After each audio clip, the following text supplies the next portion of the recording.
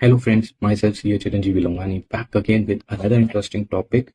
आज का जो हमारा टॉपिक रहने वाला है वो रहने वाला है टैक्सेशन ऑफ म्यूचुअल फंड्स को लेकर।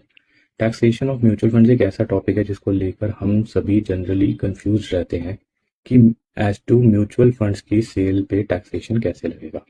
As you all must be aware कि म्यूचुअल फंड्स हमारे दो कैटेगरीज में डिवाइडेड हैं, debt oriented and equity oriented.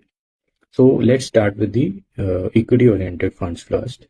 Equity oriented funds होते हैं हमारे जो कि 65% से ज़्यादा इन्वेस्टमेंट म्यूचुअल फंड्स में इक्विटीज के अंदर कर रहे होते हैं, जो कि एसटीटी पेड होते हैं।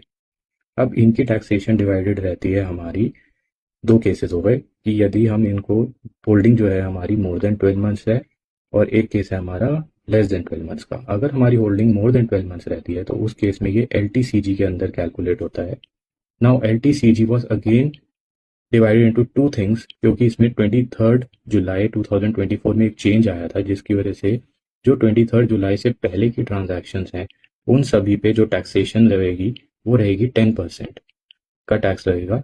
जो इसकी एग्जेम्पशन लिमिट है वो है 1 lakh rupees in a financial year. अगर आपकी 1 लाख से ऊपर एल बनता है तो अप टू 23 जुलाई आपका ये 10% पे टैक्स होगा। एंड आफ्टर 23 जुलाई ये हमारा बढ़ गया 12.5%, दैट इज 12.5%। पर एग्जेम्पशन लिमिट भी साथ के साथ इंक्रीज हुई जो कि हो गई 1.25 lakh.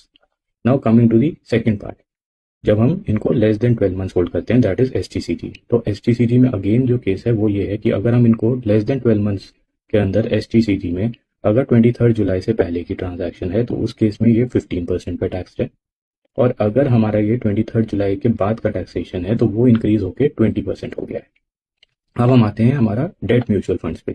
Date oriented mutual funds में ये कंडीशन ऐसे आती है कि अगर हमारी जो बाइंग और सेलिंग दोनों 1 अप्रैल 2023 के बाद है, आप मार्क कर लीजिए डेट, अपने पास नोट कर लीजिए, 1 अप्रैल 23 के बाद अगर ये हमारी बाइंग और सेलिंग है उस केस में इन पे टैक्सेशन हमेशा नॉर्मल टैक्स स्लैब रेट पे रहेगा और इनको हमेशा एस कंसिडर किया जाएगा। अगर हमारी जो बाइंग और सेलिंग है वो बिफोर बाइंग जो है वो बिफोर 1 अप्रैल 23 है तो उस केस में अगेन हमें इसको दो प्लेसेस में डिवाइड करना पड़ेगा, एस और एल दोनों का बेनिफिट मिलेगा। एस में ये नॉर्मल टैक्स रेट पे चार्ज होगा और एल के अंदर 20% विद इंडेक्सेशन का रेट है। और क्वेरीज के लिए आप हमसे जुड़ सकते हैं, हमारा नंबर नीचे फ्लैश कर रहा है। Thank you and have a good day.